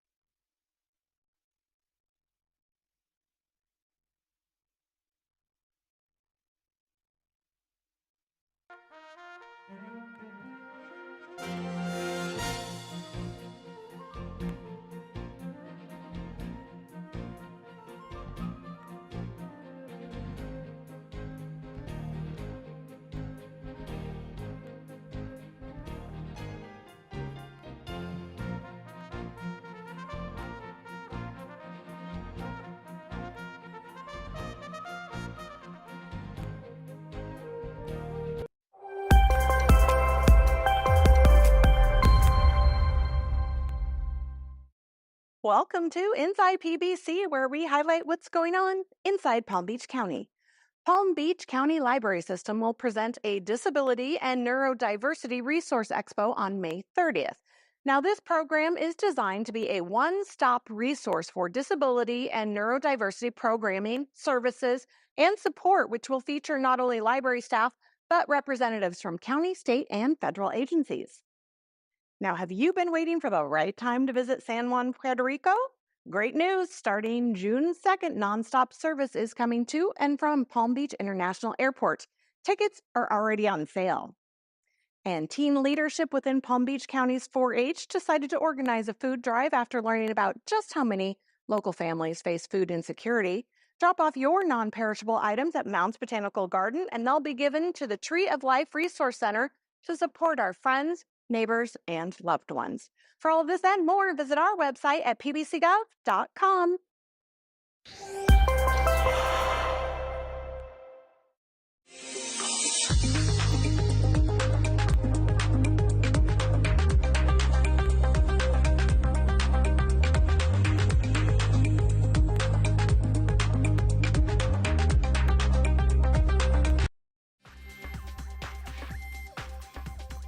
This is PBC TV, your channel for county programs and services.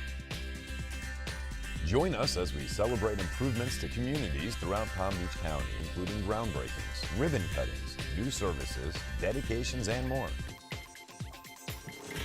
This is PBC TV Presents.